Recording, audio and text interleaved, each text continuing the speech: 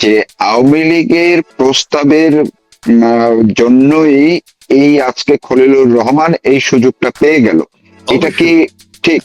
না, অবশ্যই খলিলুর রহমান সাহেব খুব ভাগ্যবান লোক। আওয়ামী লীগ ফিল্টার তৈরি করেছে, তারপরে আমার পরপর তিনজন পিআর স্থায়ী প্রতিনিধি, প্রথম এখানে ছিলেন রাবাব ফাতেমা, এখন আন্ডার সেক্রেটারি জেনারেল, আমরা ওনাকেও আন্ডার সেক্রেটারি জেনারেল তদবির করে বানিয়েছি।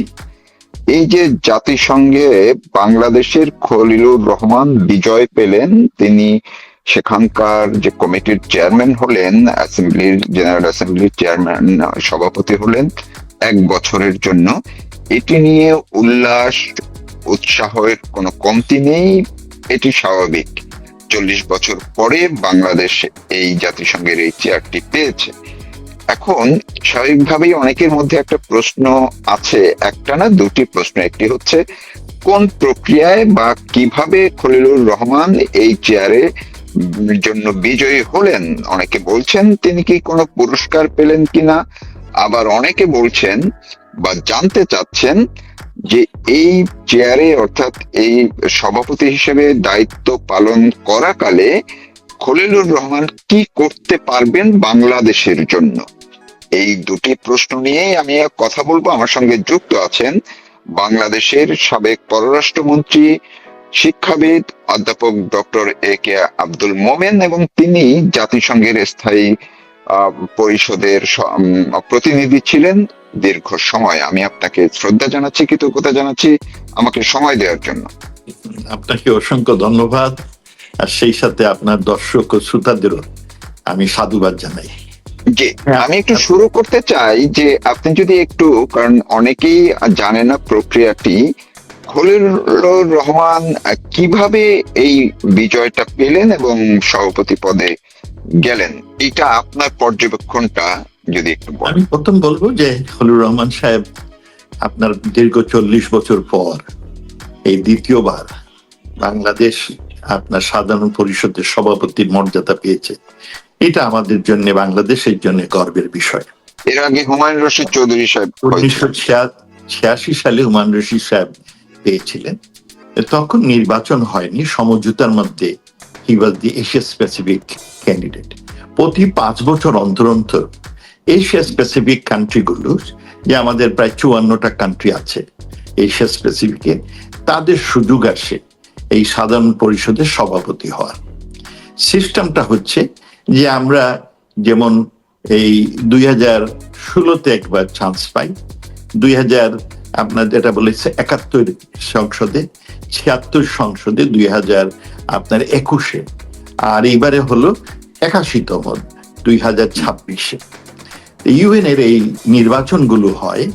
নির্বাচন হওয়ার আগে সেই সরকার অনেকদিন আগে থেকে এই তারা ইচ্ছা প্রকাশ করে যে আমরা অমুক সালে আপনার নির্বাচন করতে চাই। তাহলে অন্যান্য প্রতিদ্বন্দ্বী দেশগুলো তখন কোনো ক্যান্ডিডেট দেয় না। এটা নিয়ে একটা ভদ্রতা, এটা মোটামুটি মেনটেন হয়।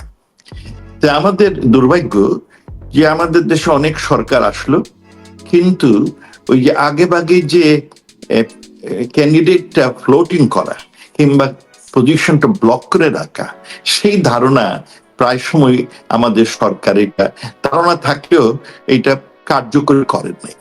তার ফলে আমাদের খুব সমস্যা। আমরা এই জন্যে এই যে সিকিউরিটি কাউন্সিলে আমরা একবার 1979 সালে আর একবার 1999, এই দুবার এরপরই শেষ। কারণ আমরা ফ্লোট করি না, এটা ফ্লোট করতে হয়। ফ্লোটটা মানে ব্লক করতে হয়। আপনার আমি জাতিসংঘে 6 বছর ছিলাম, এর মধ্যে আমি একবার 2012 সালে জাতিসংঘের সভাপতির দায়িত্ব 3বার পালন করেছি। কারণ ওই বছরে সার্বিয়ার যিনি পররাষ্ট্রমন্ত্রী ছিলেন তিনি নির্বাচিত হন, ইস্ট ইউরোপিয়ান কান্ট্রি থেকে তখন নির্বাচিত হন আপনার ওই জাতিসংঘের সভাপতি। কিন্তু উনি নিজের দেশে খুব ব্যস্ত থাকতেন, আর দ্বিতীয়ত উনি তার দেশে প্রেসিডেন্টের জন্য নির্বাচনের জন্য উনি আপনার প্রতিদ্বন্দ্বিতা করেন। তার ফলে তিনি নিউ ইয়র্কে থাকতেন না এবং জাতিসংঘের কাজকর্মে তার কোনো মন নাই। তো সেই সময় আমি ভাইস প্রেসিডেন্ট ছিলাম। বাংলাদেশ অনেকবারই জাতিসংঘের ভাইস প্রেসিডেন্ট হয়, তা আমি সেই বছর ভাইস প্রেসিডেন্ট ছিলাম। তখন সেই ভদ্রলোক জার্মিক, সে আমাকে নির্বাচন করলো যে I should be the acting president of general assembly. আমি পরপর 3বার এই প্রেসিডেন্টের দায়িত্ব পালন করেছি। হ্যাঁ, আচ্ছা, প্রেসিডেন্টের এটা একটা সিমোনিয়াল দায়িত্ব, এটা অত্যন্ত আমি সম্মানের। একটু মাঝখানে যাতে আবার ভুলে না যাই, এই জন্য এই যে এইবার এই বাংলাদেশ যে প্রতিদ্বন্দ্বিতা করবে এটার জন্য ব্লক করা, মানে এই প্রক্রিয়াটা কি আওয়ামী লীগ সরকারের সময় মানে 2020 সালের দিকেই শুরু হয়েছিল প্রস্তাবনাটা? ব্লক করা খুব বুদ্ধিমানের কাজ। আপনার ব্লক করে রাখলে, আমি আপনার দুটো জিনিস বলি। একটি হচ্ছে আগে ভাগে ব্লক করলে রাখলে আপনার পরে যদি আপনি নির্বাচন নাও করেন অনেক সুযোগ সুবিধা নিতে পারেন। 2000 সালে শেখ হাসিনার সরকার সিকিউরিটি কাউন্সিলে নির্বাচন করবে বলে ব্লক করে। আপনার নির্বাচন হবে তখন 2013 সালে, কিন্তু তখন ব্লক করে রাখে। কারণ ব্লক করতে আমরা যখন ব্লক করি তখন অন্য কোন কোন দেশে তারা ইচ্ছা প্রকাশ করেছে, তো পাওয়ারফুল দেশ হলে আর আমরা ব্লক করি না, খুব দুর্বল হইলে ব্লক করি। আর তখন যখন দেখি কেউ নাই, ওইটাতে আমরা জাম্প দিয়ে ব্লক করি। আমি 2019 সালে যখন আপনার পররাষ্ট্রমন্ত্রী হলাম, তখন আমি 3টি পজিশনের জন্য, যা 4টার জন্য চাইছিলাম, 3টি পজিশনের জন্য আমি সাথে সাথে ব্লক করার কি করি, ইনস্ট্রাকশন দিই। একটি হচ্ছে যে regional director for World Health Organization, যেটা আপনার আমাদের সাইমা ওয়াজেদ পেয়েছেন। ওইটা এশিয়ান আপনার 12টা দেশ নির্বাচন করে। তো আমি তখন ওইটা থ্র করি যে আমরা করতে চাই, কারণ ওইটা সবসময় ইন্ডিয়া চলে আসে। দ্বিতীয়ত আমি যেটা করি, এই জাতিসংঘের PGA, president of general assembly, সেইটা আমি ব্লক করি। আমি আগে যখন পিআর ছিলাম, আমি যখন আগে স্থায়ী প্রতিনিধি ছিলাম, তখন 2016 সালে আমি এটা ব্লক করেছিলাম। আমি আনঅফিসিয়ালি ব্লক করেছিলাম। সরকার তখন ওইটা সিদ্ধান্ত নেন নাই। তখন আমি তৎকালীন পররাষ্ট্রমন্ত্রী যিনি ছিলেন মাহমুদ আলী সাহেব, আমার শিক্ষক, আমি ওনাকে বলেছিলাম, স্যার আপনি এইটার জন্য চেষ্টা করেন। আমি এটা আনঅফিসিয়ালি ব্লক করি, এবং ব্লক করে শুনি না, আচ্ছা শেষ করি। আর আমি সিকিউরিটি কাউন্সিলে 2031-32 জন্য এটা ব্লক করে রেখেছি, Bangladesh is a candidate. Block করলে পরে অন্য কোনো কান্ট্রি তখন ওই তাদের নমিনি দেয় না, চিন্তা ভাবনা করে না। তো ব্লক করলে, আমি যখন 2019-এ এটা ব্লক করলাম, 20 সালে জাতিসংঘ এই আপনার জানুয়ারি এইরকম সময় হবে, তারা সবাইকে জানালো যে বাংলাদেশ ইজ এ ক্যান্ডিডেট এই পিজি এর জন্য। আমি 21 সালে চাইছিলাম, যখন আমি 19 সালে মন্ত্রী হলাম, আমি 21 সালে চাইছিলাম, কিন্তু 21 সালে মলদ্বীপ আগের থেকে অনেকদিন আগের থেকে ব্লক করে রেখেছে। তখন মলদ্বীপ আমাদের বন্ধু দেশ, এশিয়ান দেশ, আমরা এই জন্য ওটা কন্টেস্ট করিনি। তখন মলদ্বীপের সাথে আমার সমঝোতা হয় যে আমি 26 সালে, মানে 81, তুমি 76 সালে, আমি বাংলাদেশ 81 সালে করবো, তারা রাজি হয়। তবে তখন আমি একটা দেন দরবার করি, মলদ্বীপকে বলি যে তুমি হও, আমরা তোমাকে সাপোর্ট দিব, তবে আমাদের একজন ডিপ্লোম্যাটকে তোমার অফিসে রাখবা, কারণ আমরা পরবর্তীতে এটার জন্য প্রতিযোগিতা করব। তখন যদি জয়লাভ করি, এটা কিভাবে কি কাজ হয়, আমার একটা অফিসারকে তুমি নিয়োগ দিবা। এবং তারা কথা রেখেছেন, উনি প্রেসিডেন্ট হওয়ার পরে উনি কথা রাখেন, আমাদের একজন ডিপ্লোম্যাটকে উনি তার অফিসে রেখেছিলেন। যাই হোক, তা আমরা 2020 সালে ঘোষণা দেই যে Bangladesh will be candidate for president of the general assembly in 2026, that means 81st session. তখন এশিয়ার স্লট, এটা প্রতি 5 বছর পর পর এই স্লটটা আসে। আগে আমি যখন 2016 সালে আনঅফিসিয়ালি আমি এই স্লটটা ধরে রেখেছিলাম, এবং প্রায় 80 থেকে 83টা দেশের আমি কি পেয়েছিলাম, আরএসএ, আমরা বলি রিসিপ্রোকাল সাপোর্ট এগ্রিমেন্ট। আমরা যখন ব্লক করি তখন আমার মিশনের বড় দায়িত্ব হয়, আমার অফিসারদের বড় দায়িত্ব হয় বিভিন্ন দেশের সাথে আলাপ করা। আমরা বিভিন্ন ফর্মাল, ইনফর্মাল মিটিং করি, আর ওদের বলি যে আমাদের তোমরা বাবা এই পজিশনে সাপোর্ট দিবা, তোমরা যদি রাজি হও তাহলে তোমার সরকার থেকে একটা চিঠি নিয়ে আসো, এটারে বলে আরএসএ, রিসিপ্রোকাল সাপোর্ট এগ্রিমেন্ট। এইটা আমার মিশনের লোকেরা আর বাংলাদেশে পররাষ্ট্রমন্ত্রী যতগুলো মিশন আছে সেই সব মিশনের আমরা অ্যাম্বাসেডারে জানাই আপনারা এটা সংগ্রহ করেন। হ্যাঁ, এটার জন্য আমাদের যথেষ্ট দূতালি যথেষ্ট ছাড়তে হয় আমরা বিভিন্ন দেশে আমাদের মিশনগুলোতে যে সমস্ত তার মানে আমি যদি একটু সহজ করে একটা কথা একটু বুঝতে চাই, বিষয়টা কি এরকম যে আওয়ামী লীগের প্রস্তাবের জন্যই এই আজকে খলিলুর রহমান এই সুযোগটা পেয়ে গেল, এটা কি ঠিক? না, অবশ্যই খলিলুর রহমান সাহেব খুব ভাগ্যবান লোক।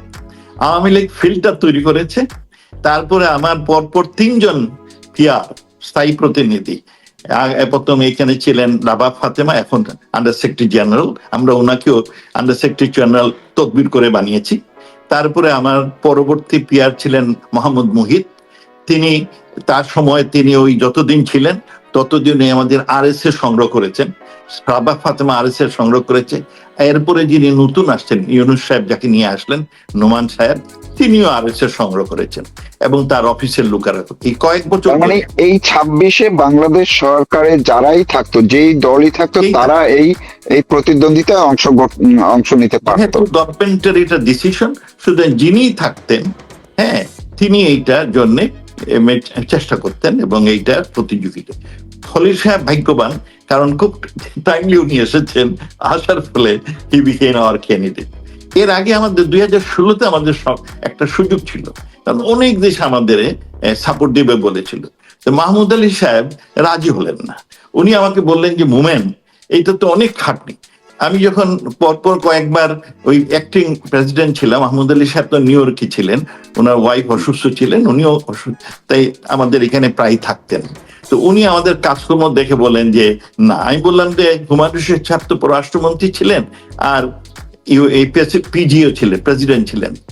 তখন অবশ্য এটা মোর অলংকারিক জব ছিল। বছরে 2 বার আসছেন, একবার সেপ্টেম্বরে যখন হাই লেভেল হয়, আর একবার আসছিলেন আপনার মার্চ মাসে। হ্যাঁ, এই 2 বারই, আর কখনো অত।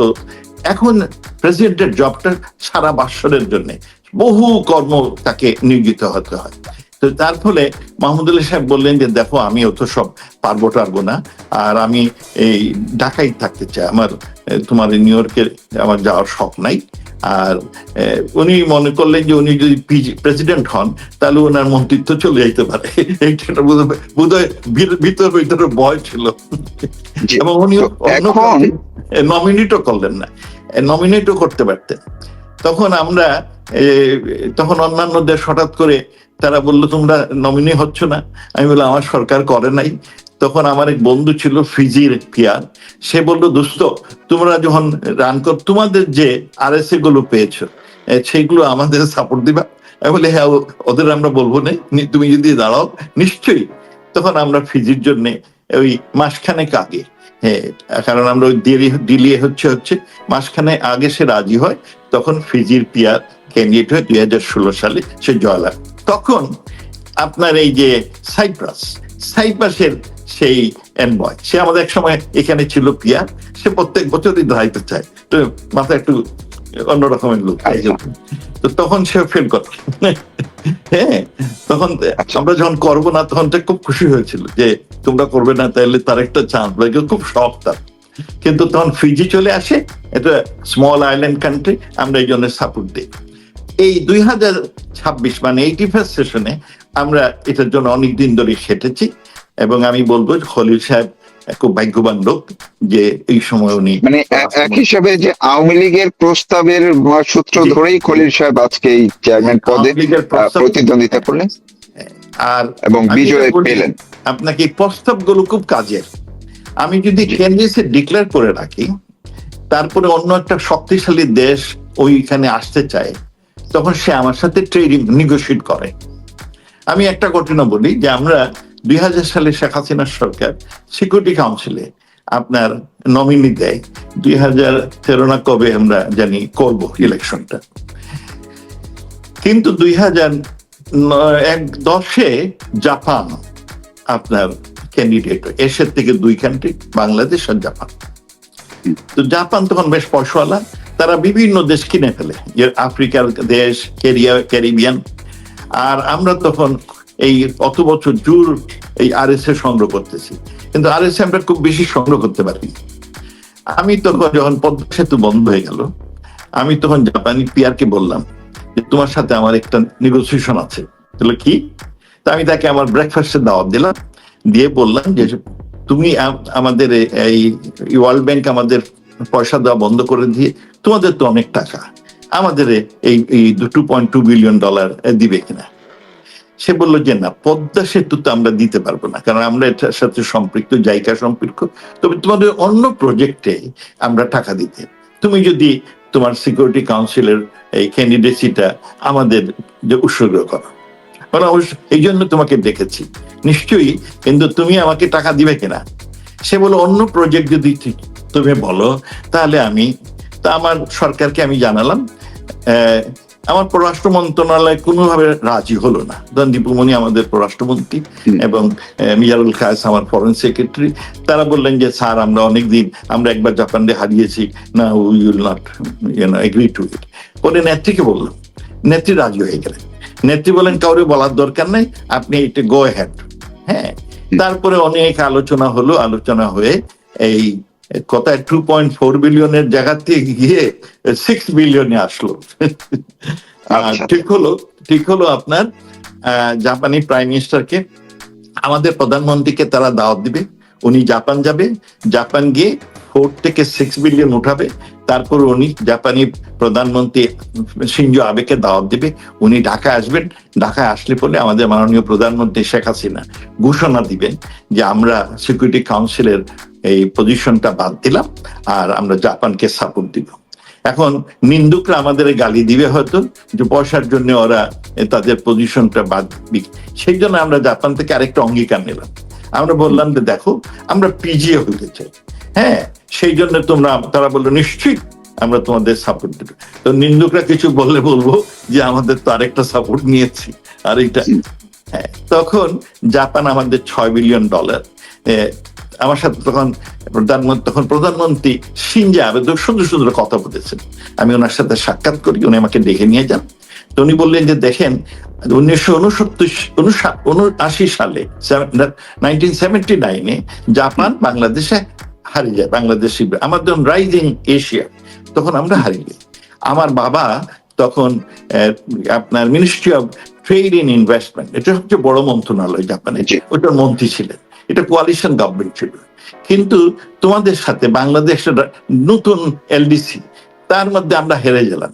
সেই হেরে যাওয়ার ফলে জাপানে একটা খুব লজ্জার বিষয় হয়। জাপানে কখনো লোকের চাকরি যায় না, কিন্তু তখন বহু লোকের চাকরি দেয়। তখন উনি বললেন, শিনজো আবে বললেন যে আমার বাবা তখন এই মন্ত্রী ছিলেন, তখন তাকে ফরেন মিনিস্টার বানা হয়। কারণ তৎকালীন যিনি ফরেন মিনিস্টার ছিলেন তিনি কোয়ালিশন পার্টনার ছিলেন। তখন ওনাকে বাদ দিয়ে তার বাবাকে ওখানে ফরেন মিনিস্টার, তখন তার বাবা প্রায় 30 জন সিনিয়র ডিপ্লোম্যাটকে চাকরিচ্যুত করেন, বলে I have this painful experience, আমি এই তোমার এখন ইলেকশনে দাঁড়াবো, সুতরাং আমি হারতে চাই না, আমি তোমার সাথে নেগোশিয়েট করতে চাই, হ্যাঁ, তুমি কি চাও? তাই আমি বললাম আমি চাই আমরা কিছু টাকা পয়সা চাই, আমরা উন্নয়নশীল দেশ, আমাদের অনেক টাকার দরকার। বলে ইট ইজ নাম। তারপরে আমি বললাম যে দেখেন, আমি যখন কমার্স মিনিস্ট্রিতে চাকরি করতাম তখন আমাদের বদনাম দেওয়া হলো যে আমরা এই যে বটমলেস বাস্কেট, তখন কেউ আমাদের জিনিস বিক্রি করতো না, এক্সপোর্ট আমার বাংলাদেশ করতো না, থার্ড পার্টি গ্যারান্টি চাইতো। তখন জাপান একমাত্র, এই জাপানের মিৎসুবিশি, মারুবানি, এই এরা আমাকে টয়োটা সারা আমাকে আপনার অন ডেফার্ড পেমেন্ট, 6 মাস পরে পেমেন্ট, এলসি খুলতাম না, তারা দিত, আমাদের খুব সাহায্য করেছিল। দে ওয়াজ আওয়ার বেস্ট ফ্রেন্ড। আমাদের টুইন ইঞ্জিন এইসব তারা আমাদের দিত। আমি বললাম যে সেই এক্সপিরিয়েন্স আমাদের আর তোমাদের সাথে আমাদের যথেষ্ট মিল, কারণ তোমাদেরও কোনো মিনারেল রিসোর্স নাই, আমারও নাই, তোমাদের শুধু আছে দক্ষ জনশক্তি, আমার আছে অনেক জনতা। হ্যাঁ, সুতরাং তোমাদের মডেল আমরা ফলো করতেছি বাংলাদেশে। So I had a good report with him. হ্যাঁ, উনি আমাকে স্টেট গেস্ট হিসেবে দাওয়াত দিয়ে নিয়েছিলেন। তারপরে মাননীয় প্রধানমন্ত্রীর কারণে আমরা ওই উইথড্র করি, আর জাপান আমাকে $6 বিলিয়ন এই লোনটা দেয়। আচ্ছা, এই জন্য আমি বলি যে আগের থেকে আগে ভাগে নমিনি করে ফেললে একটা সুবিধা হয়, যে আমি তখন বার্গেনটা করতে পারি। তা আমি যখন মন্ত্রী হলাম সাথে সাথে আমি 4টার জন্য, এক হচ্ছে আমার পিজিএ, এক হচ্ছে আমার সিকিউরিটি কাউন্সিল, আরেকটা ছিল আমার রিজিওনাল ডিরেক্টর ফর হুক, আরেকটা হচ্ছিল এখানে এবিকিউ, একটা ফাইন্যান্স এন্ড অ্যাডমিনিস্ট্রেটিভ একটা পজিশন আছে। এইটা খুব আমরা পাই নাই কোনোদিন, বাংলাদেশ কোনোদিন হয় নাই। এটা তো বেতন দেয়, ইউএন বেতন দিবে, পাওয়ারফুল। এটা বোথ অ্যাডমিনিস্ট্রেশন এবং বাজেট দুইটা কন্ট্রোল করে। কিন্তু তখন আমাকে ইন্ডিয়া পরামর্শ দিল, বললো যে দেখো তোমার তো এখন কোনো ওই ধরনের, তুমি তো প্রথমে এক্সপার্টাইজ ডেভেলপ করবে, তোমার অফিসারকে ওইটার উপরে কাজ করতে দিবে, তখন সে যখন গ্রহণযোগ্যতা হবে তখন তুমি ডিক্লেয়ার করো, আগে ভাগে এটা। তখন আমি আর করিনি। হ্যাঁ, আমি তিনটা করলাম। আমার 2 নম্বরটা জয়যুক্ত হয়েছে বাংলাদেশ, এবং তখন আমার মিশন এই কাজ শুরু করলো। হ্যাঁ, এইটা একটা সম্মানের জায়গা।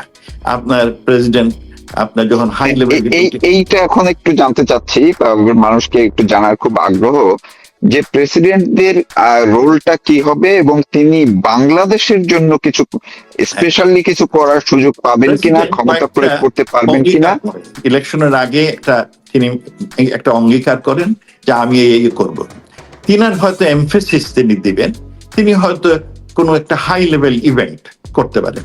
যেমন আমার বন্ধু যে বললাম পিটার কিসে হলো থমসন পম্ফিজি, সে অসীনের উপরে তার একটা আলাদা আগ্রহ ছিল, সে অসীনের উপরে একটা হাই লেভেল ইভেন্ট করলো। আমাদের বর্তমান যিনি আমাদের নতুন প্রেসিডেন্ট হয়েছেন, আমাদের বড় ইস্যু হলো ক্লাইমেট ইস্যু।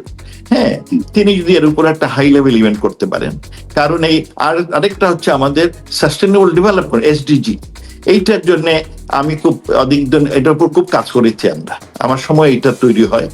সেইটার জন্য কিন্তু টাকা পয়সা নাই। এসডিজি গোলগুলো অর্জনের জন্য, যে 16টা গোল অর্জনের জন্য বড় লোকরা কোনো টাকা পয়সা দিচ্ছে না। সেটার উপর তিনি একটা বিশেষ সেশন করলে বাংলাদেশের উপকার হবে। তবে তিনি শুরুতেই চিন্তা ভাবনা করবেন, it will depend on his staff, কাদের তিনি নিয়েছেন। নিয়ে তিনি যদি একটা গোল ঠিক করেন যে আমি এই ইস্যুর উপর কাজ করব। এখন কিন্তু বর্তমানে ইউএনের অবস্থা খুব খারাপ। যে জিনিস আমরা ইউএনের স্ট্রেংথ হচ্ছে মাল্টিল্যাটারালিজম, সবাইকে নিয়ে কাজ করা, এইটা এখন একেবারে দুর্বিষত হয়ে গেছে। এখন সব বড় লোকের দেশগুলো যা ইচ্ছা তাই করে। হ্যাঁ, তারাই এখন মারাত্মক। এই মাল্টিল্যাটারালিজম যদি তিনি প্রমোট করতে চান, this he will get lot of support from many of the developing countries. দেখেন, তিনি কিন্তু ভোট পেয়েছেন মাত্র 99টা। মলদ্বীপ যখন জয়লাভ করে, আমার মনে হয় তারা বোধহয় 163টা পেয়েছিল। অবশ্য তখন তার বিরুদ্ধে যিনি দাঁড়িয়েছিলেন মাত্র 5টা না 6টা, 91 99 আর আমরা পেয়েছি 99। হ্যাঁ, মাত্র 5টা গতি হলে। আর সাইপ্রাস তো আপনার নিদার এশিয়া নর ইউরোপ। সাইপ্রাসের আপনার ভোটের সমস্যা, কারণ তারা এমনিতে ইউরোপিয়ান ইউনিয়ন, আর ইলেকশন হইলেই তারা এশিয়ার দাবি করে। কিন্তু এশিয়ার যে 54টা কান্ট্রি, তাকে আপনার এশিয়ান বলে মনে পড়ে না। তো তাদের একটা বড় গ্যাপ রয়ে গেছে। এইখানে কি অনেকে মনে করছেন যে এই যে কম্পিটিশনটা হলো মাত্র 8 ভোটের ব্যবধানে খলিলুর রহমান জিতে গেলেন, অনেকে এই জায়গাটিতে বিশেষ কোন লবি কাজ করেছে কিনা, বিশেষ করে ডক্টর ইউনূস এই ক্ষেত্রে কোনো ভূমিকা রেখেছে কিনা, এটা আপনার কোনো মনে হয়? I don't think so. এইটা আমাদের মিশনগুলো, আমাদের পররাষ্ট্র মন্ত্রণালয় বহু বছর ধরে এই যে আরএসএস সংগ্রহ করেছেন, এইটা একটা ইম্প্যাক্ট। আর কে ওই candidate, it is not important. Most important is কোন দেশ। বাংলাদেশ বহু বছর ধরে বিশ্ব সভায় যথেষ্ট সম্মান অর্জন করেছে। এই শেখ হাসিনার 15 বছরে, 21 বছর বলতে পারেন, বাংলাদেশ খুব সম্মান অর্জন করেছে। আমরা একটা মডারেট কান্ট্রি হিসাবে দুনিয়া একটা rising star, tiger of Asia হিসাবে প্রতিষ্ঠিত লাভ করেছি। এই জন্য আমাদের সম্মান অনেক বেড়েছে। সুতরাং এইটা একটা দেশের সম্মানের জন্য। আরেকটা, আমাদের কূটনৈতিকরা বহু বছর ধরে যে আরএসএস সংগ্রহ করতেছেন, টেকনিক্যাল কাজটা করতেছেন, এইগুলোর কারণে। আর ক্যান্ডিডেট কে হলো, ক্যান্ডিডেট আপনার প্রথম ঠিক হলো যে বাংলাদেশ থেকে একজন ক্যান্ডিডেট শেখ হাসিনার সময় সরকারে ঠিক করলেন উনি। পরে ওই সময় শোনা গেল যে প্যালেস্টাইন হয়তো সদস্য রাষ্ট্র হবে। তখন আমরা ঠিক করলাম যদি প্যালেস্টাইন সদস্য হয়, তাহলে আমরা প্যালেস্টাইনকে সাপোর্ট দিব ফর পিজিএ, সম্মান, জাস্ট যে সম্মানের জন্য।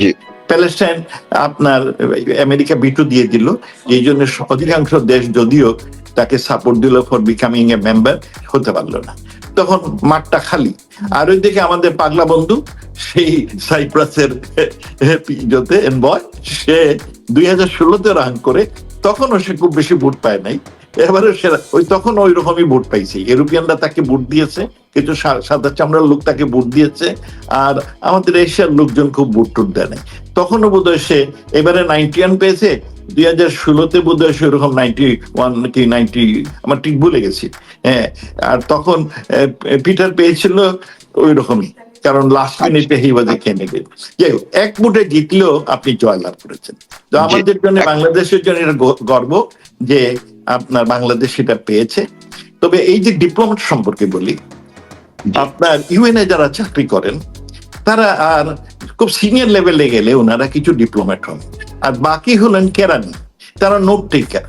বিভিন্ন দেশ, বিভিন্ন ইনফরমাল মিটিং হয়, সেখানে দেশগুলো তাদের দাবি দেওয়া, তাদের দেশের ন্যাশনাল ইন্টারেস্ট অনুযায়ী ইস্যুগুলো তুলে আনে। ইভেন ওয়ার্ড এইগুলো নিয়ে ঝগড়া হয়, ঘন্টার পর ঘন্টা ডিবেট হয়। এগুলো দেশের যে আপনার এই ডিপ্লোমেটরা এইগুলো করেন, এইগুলো দে আর দ্য রিয়েল ডিপ্লোমেট। নিজের দেশের স্বার্থটাকে সংরক্ষণ করার জন্য তারা খুব হাঁটেন। হ্যাঁ, আর ইউএনএ যারা চাকরি করেন তারা এগুলো আপনার দেয়ার রেকর্ড, মানে নোট টেকার। তারা নোট টেক করে একটা সামারাইজ করে দেন কান্ট্রি, যিনি ওখানে চেয়ারপারসন, তাকে দেন, আপনি রিড করেন, তখন উনি রিড করে সবাই গ্রহণ করলে এটা হয়। সুতরাং একবার আপনি ইউএন স্টাফ হয়ে গেলে you are no longer negotiating আপনার ডিপ্লোমেট। নেগোশিয়েটিং ডিপ্লোমেট হচ্ছে কান্ট্রি ডিপ্লোমেট, তারা নেগোশিয়েট করে, ট্রেডিংটা করে। হ্যাঁ, দে হ্যাভ দি আপনার অথরিটি টু ডু ইট। আর ইউএন স্টাফ যারা, তারা হলো নোট টেকার, তারা ওই আমাদের দেশের যেমন কর্মচারী, সরকারি কর্মচারীর মতো কাজ করবে আর কি। তো আমি এই জায়গাটায় বাংলাদেশে একটা সুযোগ হয়েছে। হ্যাঁ, বাংলাদেশ ব্যক্তি কান্ট্রি হিসাবে কি অর্জন হবে জানি না, তবে যদি খলিল সাহেব যদি ক্লাইমেটের উপর একটা বড় ইভেন্ট করতে পারেন, হ্যাঁ, সব হেডস অফ গভর্নমেন্টকে নিয়ে এইটার ফান্ডিং এর জন্য, কিংবা ক্লাইমেটের কমিটমেন্টটা বাড়ানোর জন্য। আরেকটি হচ্ছে যে এসডিজির জন্য যদি ফাইন্যান্সিং অফ এসডি, ওইটা যেটা আমাদের এই কিসের নাম 17 নম্বর এজেন্ডা, এর উপর যদি করতে পারেন, that would be an achievement. তবে এগুলো কঠিন আছে, সহজ হবে না। আর উনি ওনার কি আছে, আমি ওনার ম্যানিফেস্টো দেখেছি কিনা আমার ঠিক মনে নাই, যে উনি এমফেসিস আর মাল্টিলেটারিজমকে জিয়ে রাখার জন্য যদি চেষ্টা করে, তাহলে this could be N achievement. But I don't know, but কান্ট্রির জন্য বান্ডির সম্মান যে হলো যে তিনি একজন বাংলাদেশের লোক প্রেসিডেন্ট হয়েছে, এইটাই আমাদের বড় অর্জন। এর বেশি কিছু তিনি করতে পারবেন বলে আমার মনে হয় না।